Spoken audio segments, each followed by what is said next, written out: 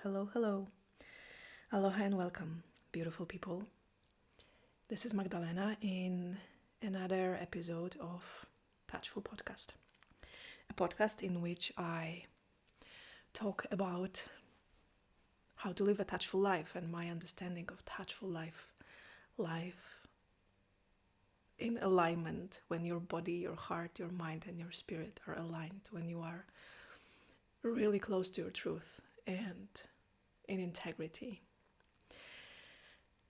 And this episode is going to be a lot of practical tips and tricks of how I practice this.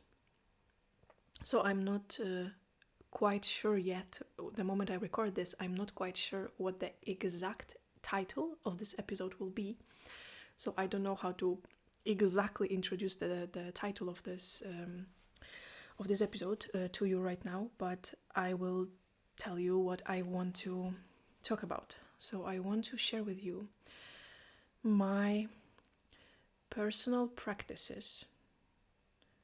So things that I do that help me live in more integrity, that help me live closer to truth, that help me live with open heart, that help me live with more peace in my heart. So all kinds of daily things that I do to live a touchful life. I hope that this will be more or less where this episode goes. And I keep thinking like what other words to put in it. So all kinds of practices that help me really be in contact with myself and be in touch with the world and in touch with myself. All kinds of practices that I do to get in touch with my heart, my intuition. Yeah, we will see how this flows today. And the idea behind this episode is that, on one hand, maybe things that I share with you today, maybe they will inspire you. Maybe some of the things that I will say, you will be like, yeah, that sounds interesting. I want to try this. And probably some other things that I will share today, you will feel like, no, this totally is not mine. It doesn't feel right. And it's fantastic. Just take what you want to take and leave everything else on the table. You don't need to take everything. My intention is to give you a little bit of inspiration, and then my second intention today is to inspire you to look for your own ways of expressing yourself, of living a touchful life, whatever it means to you, of living close to truth, of living close to yourself, to your own heart, to yourself. I don't know if probably it doesn't sound clear to all of you, but this is how I can put it in words today. So maybe things that I share, some of them will resonate, some of them will not, but hopefully they will also inspire you to look into your life through this perspective and to ask yourself a question. Okay, what are my practices to live closer to myself, to live closer to truth, to live with more open heart, to live in integrity, to live in touch with myself and with others and with the world? What are my practices? So this can be a question that you can take into your heart and see how it resonates. So the practices, the things that I do, that I want to share with you, before I dive into the particular things, the particular practices that I do, I want to do a little bit of introduction, a little bit of disclaimer mostly. So some of the practices that I will share with you, they will be very tangible. They will be very concrete, very practical, something that you can literally go and do. And I feel that because I have a short list, and I feel that when I look at them, most of them are like this. But some of them will feel more like down to earth, and others will feel more spiritual or esoteric. And I didn't put, I don't want to give them to you in a particular order. So I will be just kind of like allowing the flow to, to direct this episode, as I always try to do it.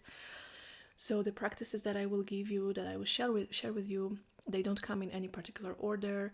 None of them is more important than the other. Yeah, so that's the first thing to remember. And the second thing is that when I will start talking about how in practice I try to show up to this world every day, living closer and closer to my truth, and every day with more and more open heart and with more integrity, how I do it in practice, you might find it offensively simple. And I want to say it beforehand that probably all of the things that I will be talking to you today, they will be simple.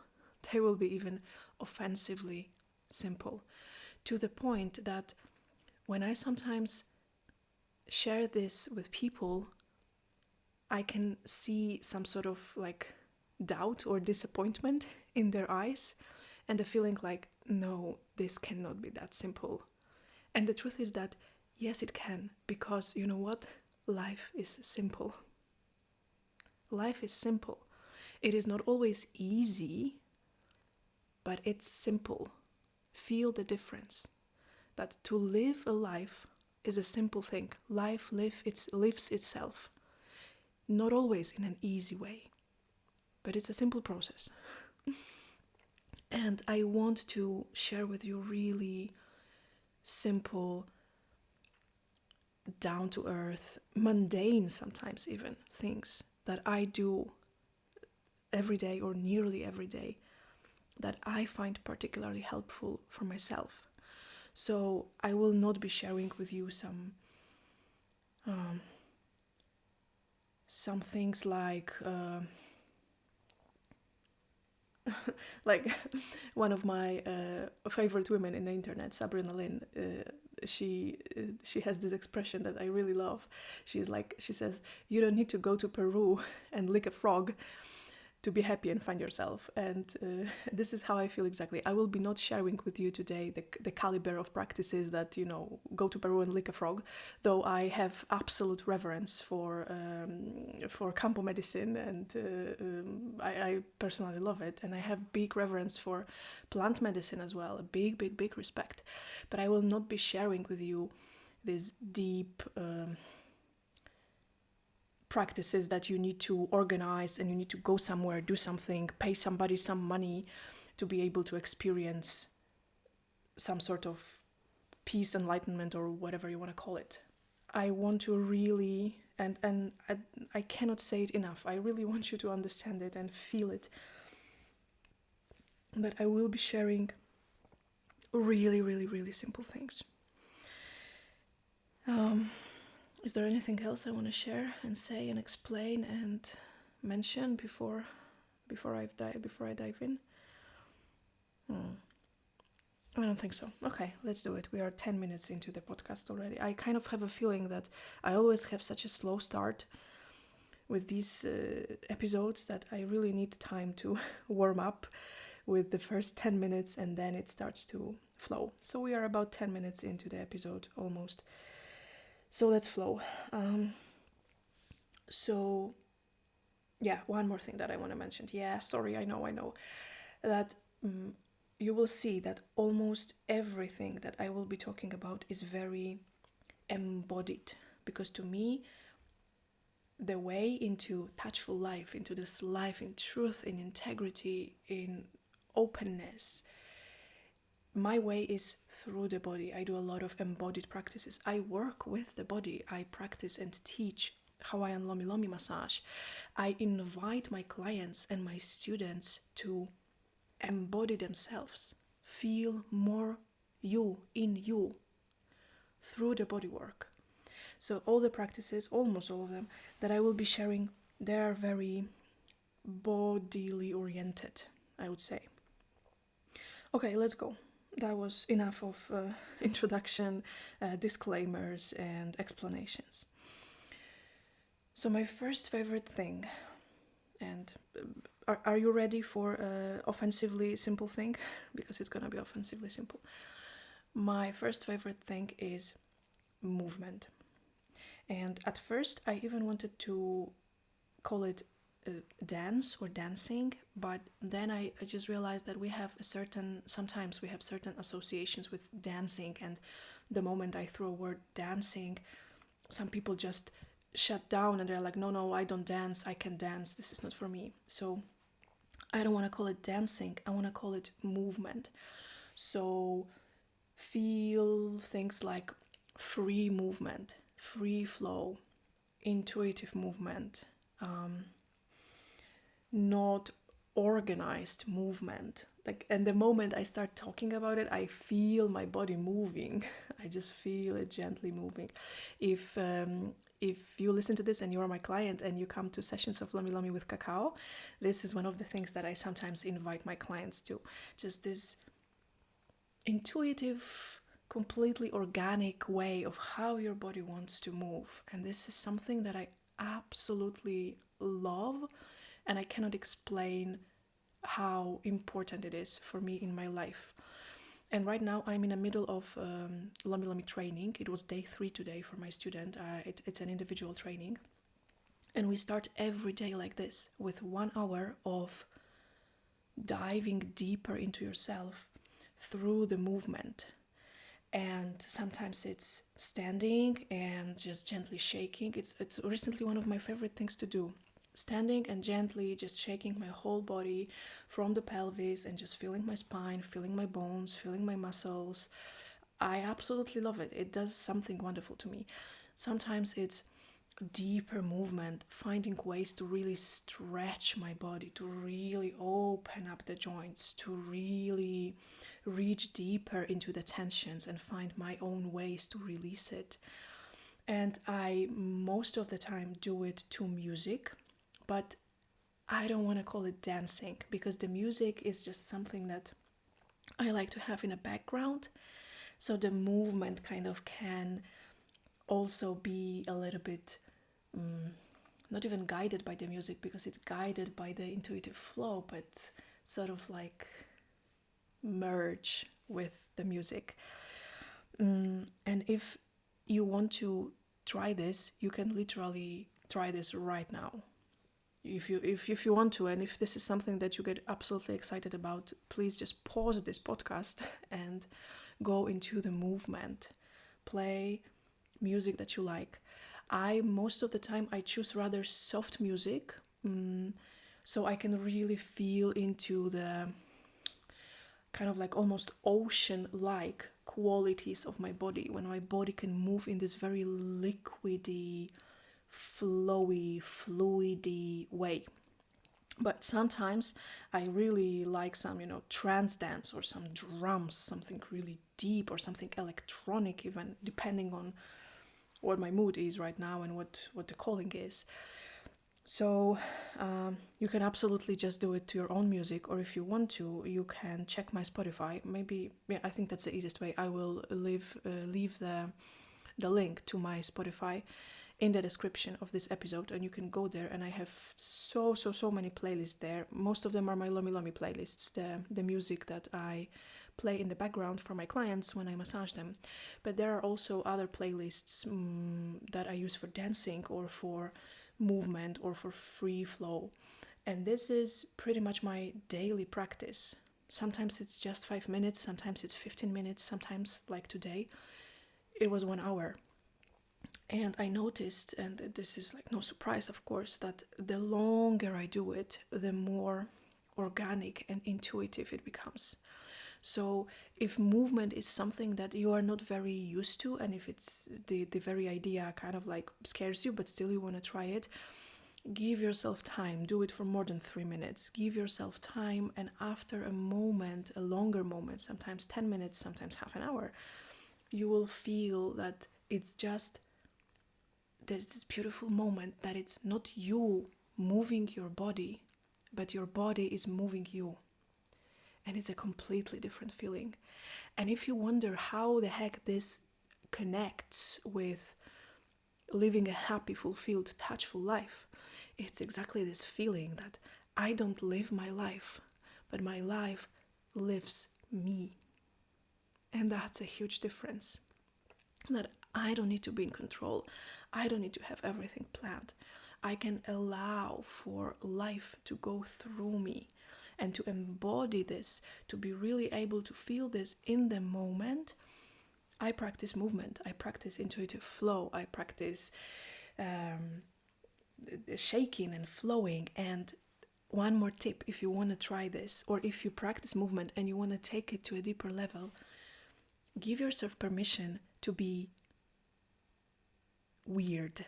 Give yourself permission to be absolutely truthful to the moment, to whatever wants to express through you in the moment. So sometimes I have a feeling that when I'm really deeply in the movement and I sometimes do really weird things, that I'm like, oh my goodness, if my neighbors looked through my windows right now, they would be really, really surprised. Like, who is that lady next door and why is she so weird? So give yourself permission to be weird, to be you with all of the flavors of you. This is a beautiful, beautiful, beautiful practice, and I strongly encourage you to try this. And don't think about it as dancing. Think about it as your body moving you, life moving you, with a company or without a company of the music, whatever you prefer. Another thing, and as I said, they don't come in particular order. It's just kind of like how I feel the flow. Another thing that I do, and if you know me, if you're my client, if you're my student, or if you were following me on social media when I was more present on social media, or if you were watching some of my videos that were on Facebook or that are on my blog, this is something that you probably have seen. You might have seen me quite often putting my hand on my heart. I really do it really often. Magdalena, you and your fantastic English. Sorry, I need a sip of water. So I do it quite often, multiple times a day, that I put my hand on my heart and I take a breath. And that's it. I don't imagine anything. I don't... nothing. It's just this very simple gesture. And only recently I realized that it has become my way of kind of like embodying more of this life, feeling more of this life, inviting more of this life into me. So very often when I see something beautiful, extraordinarily beautiful, that it's just melting my heart, I put the hand on the heart and I take a deep breath. When people say beautiful things about me, good things about me, I put the hand on the heart, take a deep breath in and out, and I allow this to sink in. I allow this to nourish me. When some of my clients or some of my students, I witness them in their deepest truth, this feels like such a gift. I put my hand on the heart. So to me, and like I said, I only realized it recently, to me, this gesture of hand on the heart, it became a way of inviting the gifts of life in, inviting them in.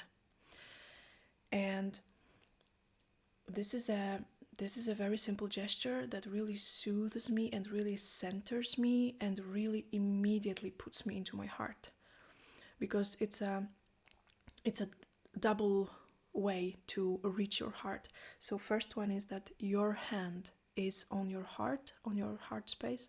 As I speak to you right now, I have my hand on my heart. So your attention immediately goes there because your hand touches this part of your body, the chest, the heart.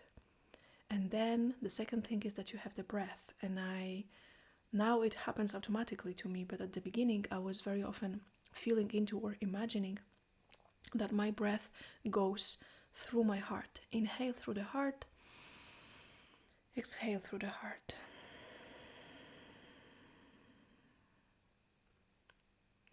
A very simple thing.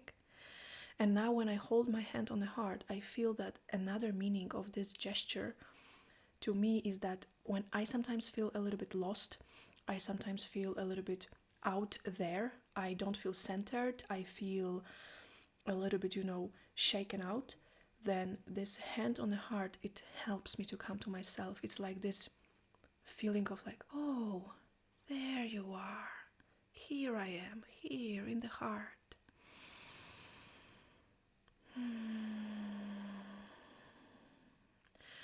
I find something absolutely magical and absolutely beautiful about this simple gesture that I keep repeating multiple times a day. Or sometimes if I want to go deeper, then I do a hand on heart meditation. So I just simply keep my hand on my heart for a little bit longer, for a couple of breaths, for a couple of minutes, for 5 minutes, 10 minutes, 15 minutes, just sitting, feeling my hand on my heart and breathing. And that's it. And if I feel that my mind is drifting away, that I start to think about other things, then I just gently bring my attention, bring my awareness with the breath to the heart. And that's it. You don't need to try to imagine something or feel something special. You just keep your heart in your hand, or you can put even 2 hands on the heart if you want to, and just breathe and feel yourself, hold yourself. And again, when I think about how it connects to living a touchful life, it's this feeling that I hold myself, I have myself, I allow myself to feel all of everything in this life by focusing on my heart, bringing attention, awareness to my heart, allowing the love of my heart to go through me. That's how it feels to me.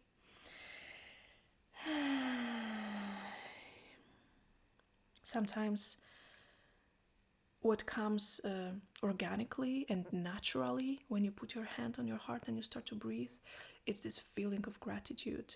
And this is a very beautiful practice that you can easily go into. Just, again, hand on the heart, a couple of breaths, tuning in, taking your breath to your heart space, and allowing the feeling of gratitude to naturally emerge, to slowly happen. You don't need to start listing in your mind 10 of the things that you are grateful.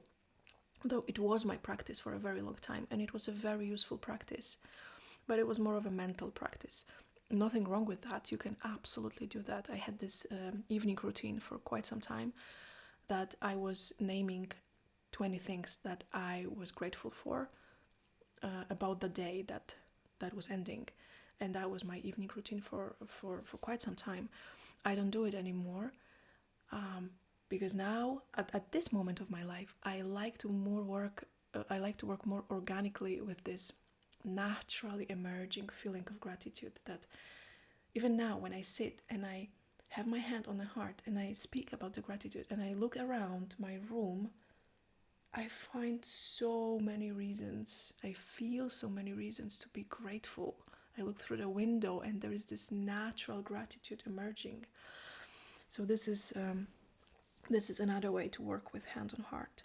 And like I said, these are offensively simple things. These are the things that you can do in your car when you are in a traffic jam. This is something that I sometimes do. Hand on the heart and a breath. Speaking of which, breath. Life is in the breath. My life definitely is in a breath. The quality of my life has changed tremendously the moment the quality of my breath has changed. And the quality of my breath has changed the moment I started practicing Hawaiian massage and going deeper into that. And even before, when I was practicing yoga, that was the first moment when something like awareness of the breath really came into my life. If you want to know more about it, then I think in the first episode I was sharing a lot about how my life has changed when I started practicing Lomi. And then there is a whole one episode about breath. I don't remember the title of it. Something like, if you want to let go, then breathe, something like this. And it's such an, again, offensively simple, underestimated tool into peace, into integrity, into just feeling more. So in that episode about the breath, I talk more about it, that sometimes people are so afraid to breathe because it means feeling more. It means feeling more of everything. And at the same time, this is something that I so much encourage my massage clients to, and I remind myself to do, the breath. And if you want to practice, and if you don't want to listen to the whole episode about the breathing, I just want to give you one tip, that bring more awareness and attention and focus to the exhale than to the inhale. Inhale is going to happen automatically for yourself. Your body will not let you die. And you can just bring your awareness into the relaxed exhale. So the other day, one of my clients, he compared it to the air that is coming out of a balloon. So it comes in a very natural, slow way.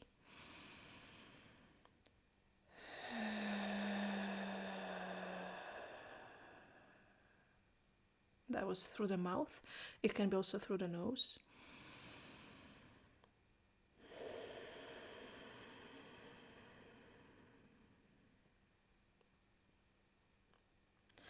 But the most beautiful thing about it is this natural feeling of slow, deep release. Slow, deep release. I love it. I do it multiple times a day.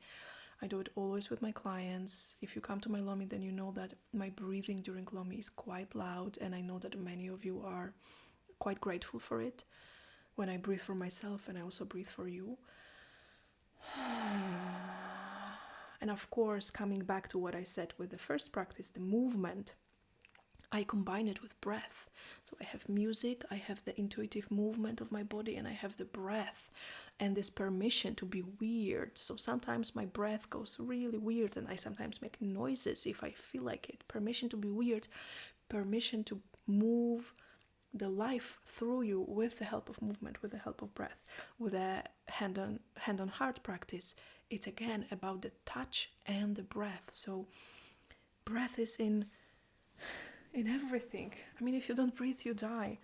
And if you breathe in a shallow way, it feels like you are less alive. It might feel like this to you, that the moment I witness my clients or my Lomi students really connecting to the breath on a deeper level, really allowing themselves to just breathe, just let it go, just exhale, just stop holding it, just breathe out. The moment I witness it, I witness a huge change in them, in how they feel, and in how I feel their bodies when I massage them, for example. I don't want to talk more about it because there are still so many more to cover, and if you want to, then again you can go and listen to this episode about the breath. And I really, really strongly encourage you to. Another thing that I want to mention is it will be less of an embodied practice. So these three that I mentioned, movement, hand on heart, and breathing, they are very embodied, as you can feel, as you can experience maybe. The next that I want to mention is less embodied. It's more of a change of attitude that really I feel that it's changing the quality of my life, and makes me feel more alive. And it's to stop multitasking. When I was thinking about this episode, and this one thing came to me, I was trying to find an antonym for multitasking. Is it multitasking or multitasking? I don't know, I'm gonna say multitasking. I tried to find the antonym, so the opposite meaning of multitasking. So I started Googling, and on one of the pages, or in one of the dictionaries, the antonym so the opposite meaning for multitasking was focus. And when I saw this, I started laughing, because It really feels like this, that the opposite of multitasking is focus, concentrated focus on one thing. And I don't do it always. There are still moments when I do multiple things. Like I very often, when I go for walks, I listen to podcasts. When I watch a movie, I sometimes eat at the same time. But if I go for a walk and I don't listen to a podcast, so I don't multitask, it's a completely different experience. It's not better or worse, it's just really different. When I allow myself to eat food without looking at the screen of the phone, without looking at the movie, without reading a book or a newspaper, it is a completely different experience. And I used to do a lot of multitasking in my life. I would be doing multiple things at the same time, especially if one of them was kind of like semi-automatic. Like I look around my apartment and I think about watering plants.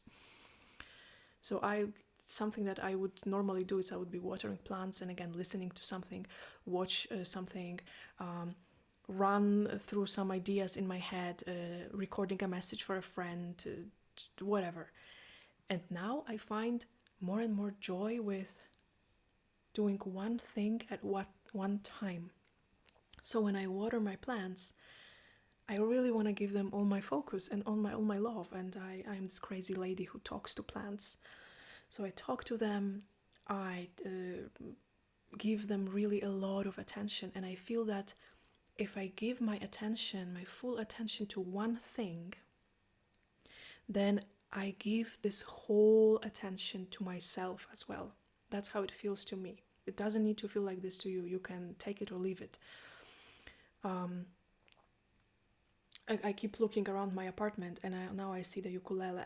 So if I give my full attention to playing the ukulele, then I feel that I'm nourishing myself, that I give full attention to myself.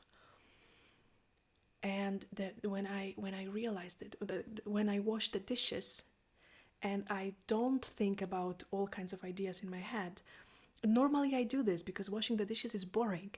But when I wash the dishes and I manage to really give my attention and my focus and my love to the dishes that I wash, then I feel that much more nourishment comes to me.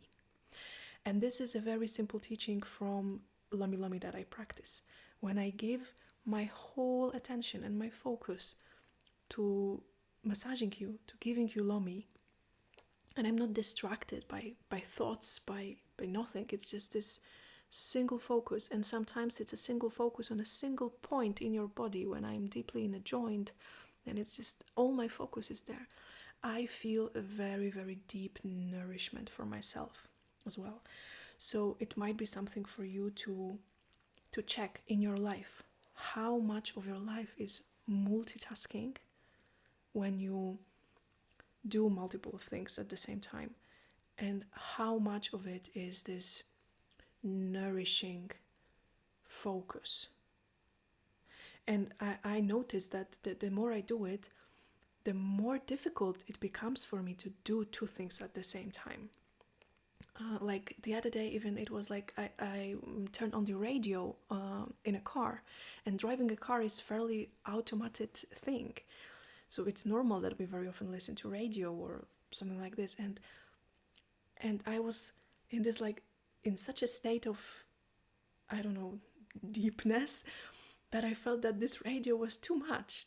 I don't want the radio. I just want this focus on the road and nothing else than that. And then the other day, the radio was fine. So it's not that I do it all the time with everything. Again, there are many, many, many moments when I multitask. By the way, I should put it in air quote because technically multitasking doesn't exist. It's just quickly switching your attention between tasks. I don't know, I just thought that it's a side note that I should take. But I'm going to use the label multitasking because I feel that fairly all of us, we know what it means. And that's a huge discovery for me in my life, that I enjoy simple life. that was something, one of the biggest discoveries of this year, that I enjoy simple life, slow life, focusing on one thing, doing it with all my heart, washing the dishes with all my, sweeping the floor with all my heart. This was my practice the other day. Really putting my attention, intention, and focus into sweeping the floor. When I go for a walk, I want to go for a walk. And sometimes not. Sometimes I want to go for a walk and listen to a podcast, and it's also fine. But I encourage you to tune into it and check with yourself. How is your multitasking versus how is your focus? Because there is this beautiful saying that your energy flows where your attention goes. So direct your attention wisely, because this is where your energy goes, and this is what you get back. Okay, let's go. We need to keep moving, or this podcast will be 3 days.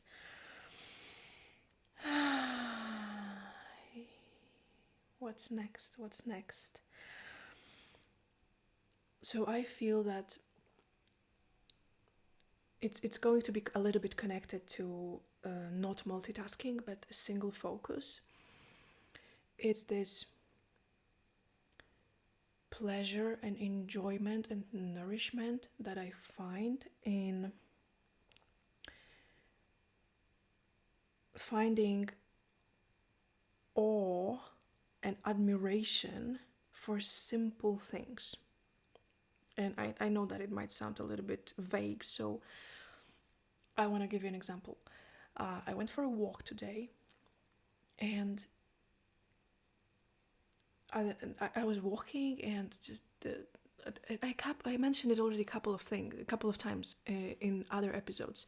Just this moment of sun on my skin, and just to notice this, and to allow yourself to be kind of like moved by this and taken by this. That it's a brilliant feeling, especially in Iceland, to have sun, warm sun on your face.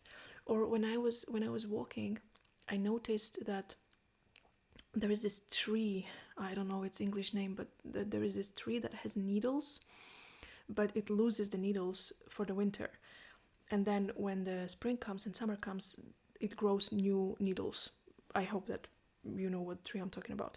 So there was one of these trees on the path when I was walking, and I touched the needles, the newly grown fresh needles on that tree, and they were so soft, and they were like, even now when I talk and when I have a memory of it, I was like, this was so nice.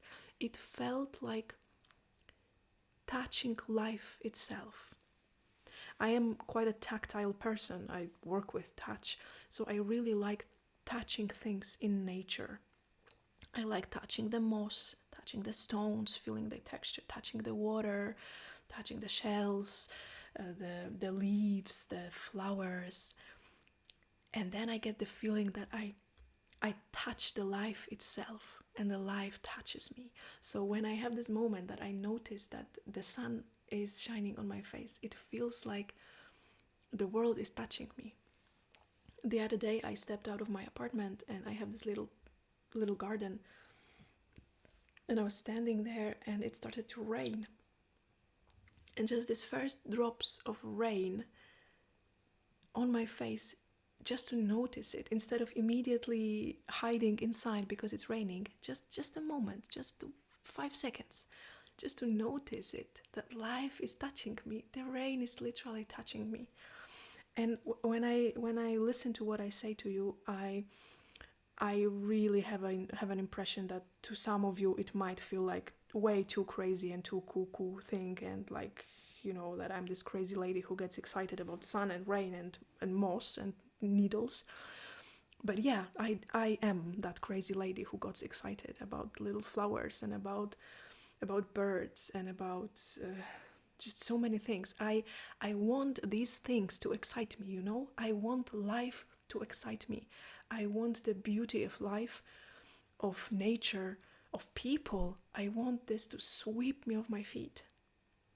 And I also agree to the other side of the coin, that sometimes the cruelty, the injustice, the mm, the the ugliness, it sweeps me off my feet sometimes too. And this is the deal that I'm ready for that deal, because I want to touch the world, and I want the world to touch me with everything. And this is this little practice of literally touching, like somehow for me it's easier with the nature, touching the nature, feeling the nature, observing it with your eyes. If you live in a big city and you don't have that much access to this beautiful, vast nature as we have it here in Iceland, it's no problem. Find your ways to find awe and admiration for very simple things. I remember, I'm not sure if I ever shared it on a podcast before, but I remember that one of my first really deeply spiritual experiences and experiences with altered states of consciousness, it was when I was in my early 20s, and I was practicing meditation and practicing breath, and I was doing this meditation. I don't remember what it was. It was either focusing on a breath or maybe focusing on different sounds in the environment.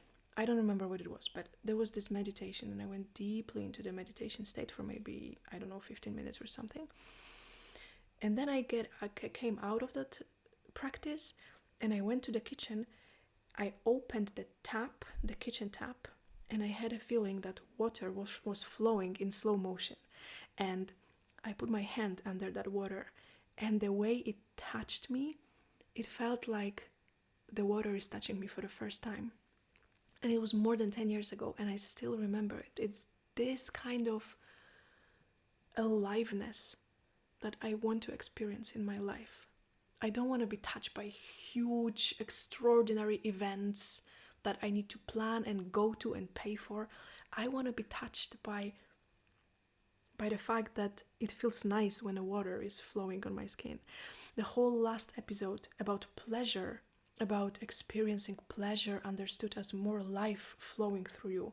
It's about this. It's about these simple things that bring pleasure to our lives. So you can go and listen to that one if you want to. And I'm gonna move into more. What else I want to tell you? What else are these things that help me, ground me, center me, open me up into feeling more alive?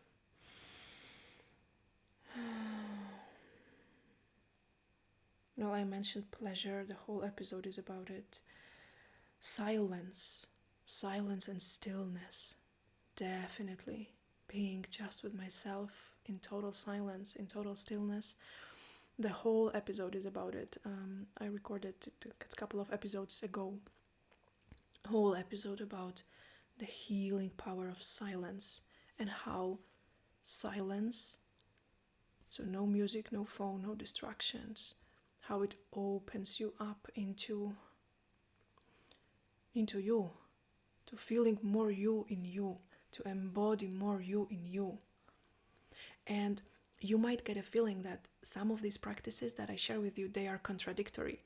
I started with movement and sound and music and breathing and being weird, and now I move into silence and stillness. But I want you to feel that they are not contradictory. It's just the fullness of life that we can experience. Sometimes I love to turn on music, and I love to shake my body and move and stretch and just get just really juicy and alive. And sometimes I really like to make myself a cup of cacao, and just sit with this cup and almost don't move, and no music, no nothing, just me and the warm cup of cacao. This is something that I invite my clients on the cacao sessions, massage with cacao. That's how we start. Just you and more you and more you with every breath, with every sip of cacao. So I started to talk about cacao, so apparently it is something that wants to be talked about, that I absolutely feel that working with cacao, with a pure, natural, sometimes called ceremonial cacao, I've been doing it for over 5 years, and it has absolutely opened me up to feeling more, simply because the way cacao affects my body, and I also see it in my clients, it's this more softness, kind of like slowing down, getting more vulnerable and more sensitive to emotional things, but also simply sensitive to touch, to smell, to sounds. And I sometimes like to play some music and go on a cacao journey, but I sometimes just really like the silence and stillness and just not moving. And when you think about a lomi lomi session, a massage session, this is how it's constructed. We start with movement, slowly building up. The session starts really softly and slowly, but then there is a lot of movement. Every part of your body is being massaged and being moved. Your arms and legs, I move them, I stretch them, I bend them, your neck, your head. Everything is moved. Everything is moved through this wave of touch. And then you come to this something that I sometimes call 0 point, the stillness. The music finishes, I turn off the music, I stop touching you, and I give you time to come into this 0 point. And that's the power of stillness and of silence, especially if it was before that, if it was a lot of movement and embodiment and breathing and just allowing your bones to come to life, and then you bring yourself to 0 point. This is one of my favorite things to do. I feel so me, I feel so centered, I feel so alive. So I don't do many of these traditionally understood meditations when you sit on a pillow for minutes or hours. I very rarely do it. My moments of meditations are sometimes this movement and dancing. This is my meditation. Sometimes my moment of meditation is this focused attention to watering my plants. This is my meditation. Sometimes the moment of meditation is sitting with a cup of cacao in my hands and breathing. Sometimes the moment of meditation is hand on the heart. So I didn't put meditation as on the list of practices because I don't feel that it's a separate practice, that your whole life can be your meditation. When I massage, this is my meditation. When you are being massaged by me or by anybody else, this can be your moment of meditation. It doesn't need to be, sitting in a special position on a special pillow surrounded by special type of incense with a special type of necklace on your head on your neck. That make your life a meditation. Even if it's just 30 seconds of this really deep, heart-centered focus on something. Make it your practice.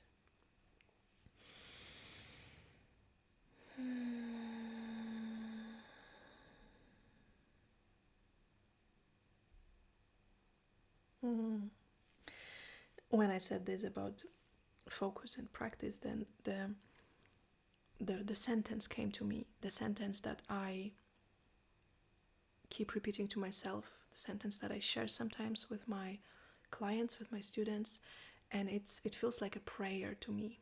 And the prayer goes, make my life a prayer, not a performance. So I feel that the next thing that I would like to talk to you a little bit about is praying. And I know that some of you might now just get rubbed the wrong way, that praying is religion and religion is wrong and da-da-da-da-da. Just please drop it for a moment. Just drop it for a moment. And think about, I call it praying. You can call it speaking to the universe, speaking to the world, speaking to your higher self, asking for guidance, asking for help. If the word praying doesn't resonate with you at all, just find a different word to tune into it. And I have lots of these sentences that I keep repeating, like mantras, like intentions, like prayers.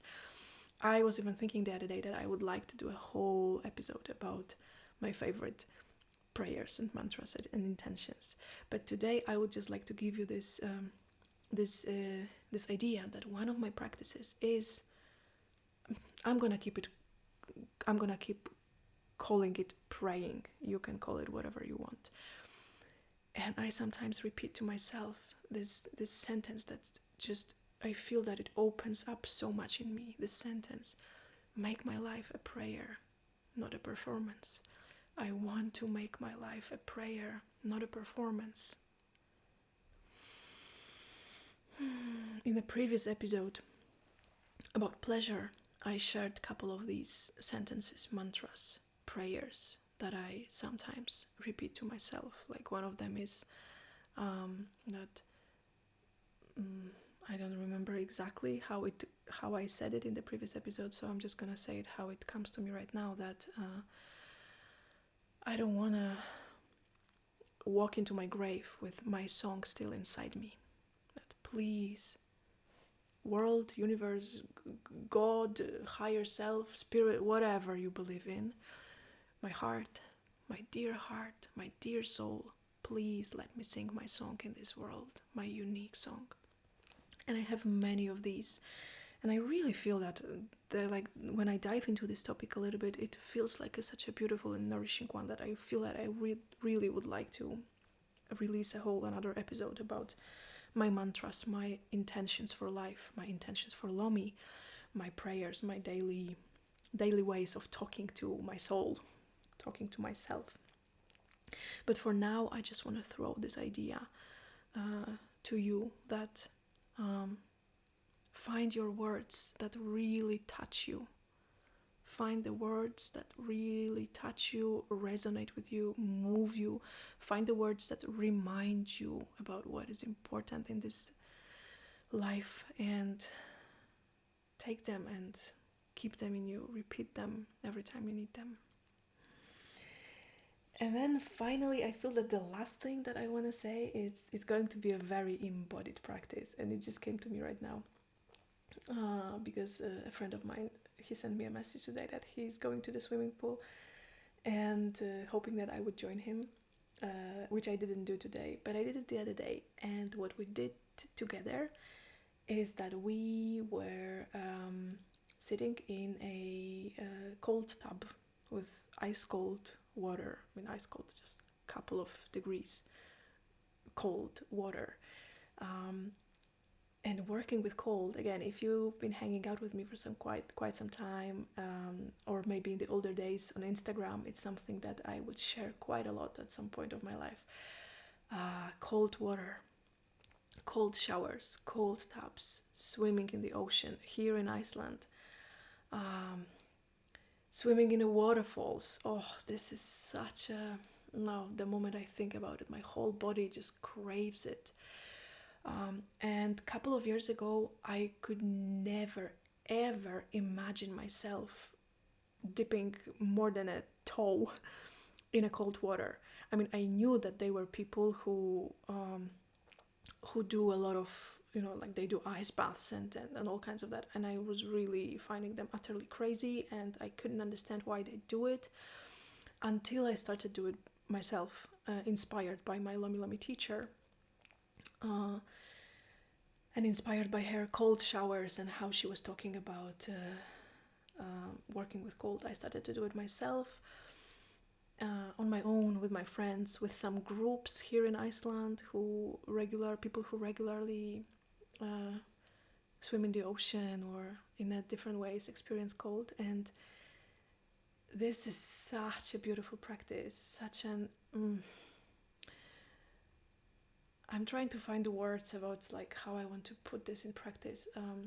If you have ever worked with the cold water, if you have ever went to a cold tub at the swimming pool, or if you've been swimming in the ocean or a cold lake, cold river, cold waterfall, then you know what I mean. But if you haven't, then it's probably hard for you to imagine how amazing it feels. And when I tune into it, and what I like about it is that it really makes me absolutely 100% present in the moment right now, present with my breath, present with my body, and so alive that I can barely take it. It's this feeling of being so alive, of being so centered and focused and just alive. That it's this word that keeps coming to me. I cannot find a different one. So now when I talk about it, I feel that I really want to, this is my intention for this summer, I really want to go more into cold tubs, into rivers and waterfalls, and swim more in the ocean. It's something that I used to do a lot last summer, and I want to do it more this summer as well, because how alive it makes me feel.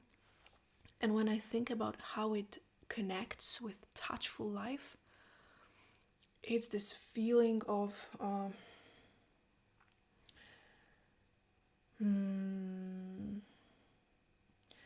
I don't want to use the word control because I hate this word, so it doesn't feel like the right word, but this kind of feeling of that I can put my mind and my body in such an alignment and focus that I can take the cold, and it actually even feels nice and it feels pleasurable, even though to the body feels, of course, like it feels like a shock and it is a stressor. But it's this, oh yeah, I know what I want to say, it's this beautiful ability of finding comfort in discomfort. Yeah, I think that's how I would like to put it, that working with the cold, it has taught me to totally relax and surrender, even if a moment of discomfort, even if the moment of coldness, when my whole system is like, run away, Magdalena, you're gonna die. And instead of running away, I just surrender and I relax into it. And with my breath, again, we keep coming back to the breath. Everything keeps coming back to the breath, because breath is everything. Breath is life. And the more I practice it in the cold tub, the more later in life I have this ability of just surrender. Instead of fighting, instead of trying to prove something to somebody, I just surrender. Like I surrender to the cold, and I find comfort in discomfort. And it's a beautiful and huge ability that I would like to train more. Surrendering to life, finding comfort in seemingly discomfort situations. This is like, even the other day when I think about it, I had a really difficult conversation with somebody, and that was stressful, vulnerable, difficult conversation that brought up a lot of discomfort. But because of all the things that I mentioned to you in this episode, I was managed to really stay in my own comfort, to stay in myself, to be with my breath, to be with my heart, to be really focused on my truth, not to go into my ego and my little wounded Magdalena who feels so offended and ta-da-da, but just really just put all this aside, and I am interested only in the truth, and I want to go there, even if it feels like I need to expose myself, even if it feels like discomfort. I want to go there because this is the only life worth living. And I feel that all of these practices that I mentioned to you today, they supported me, they helped me, they support okay, I'm sorry. So everything that I mentioned that I've been doing, I feel that it helps my nervous system as well to just open up into being able to really deal with more. That I sometimes have this like system overloads. Everybody has them, all of us. When I just your nervous system shuts down and you feel like this is too much, this is way too much, I cannot take this anymore. But I also learned to I can, okay, maybe this feels too much, but this I can take. I just need to take a breath. I just need to maybe move my body a little. I just need to surrender. I just need to breathe out, and so on and so forth. So I feel I'm gonna I'm gonna finish this here.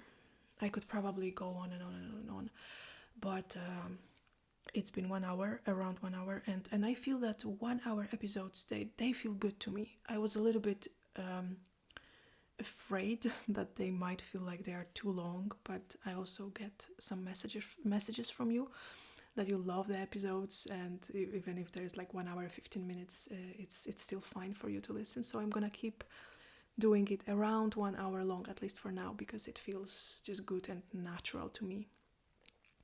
So thank you for today. Thank you so much for hanging out with me, for being here, for you deciding to spend your time with me. That really means a lot. And as always, if you got inspired and you would like to share something, if you have your own personal practices that you would like to share, I really would love to know them. I would like to be inspired by you as well. If something in this episode particularly touched you, inspired you, opened you up to something, I would like to know about it. I really would like to know about it. So please, you can send me a message. You have my email address in the description of this episode. Just by all means, reach out, contact me, and you can rate the podcast. You can,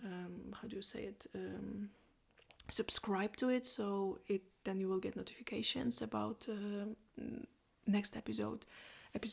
You can write a review of the podcast, you can like it, you can do whatever you can do with the podcast. It really helps. It matters for this digital world. It matters. And the last thing, something that I always ask you to do, if you enjoyed this episode, please share it with people. Please send it to somebody who you feel might be interested in this. That really means a lot to me. If it's a very special gift that you listen to something and you find it so beautiful, interesting, important, that you want to send it further, you want to recommend it to other people. So if this is something that feels good for you and natural to do, please do it. And that's it for today. Thank you so much. Thank you for you. Aloha, and you will hear from me another time. Bye bye.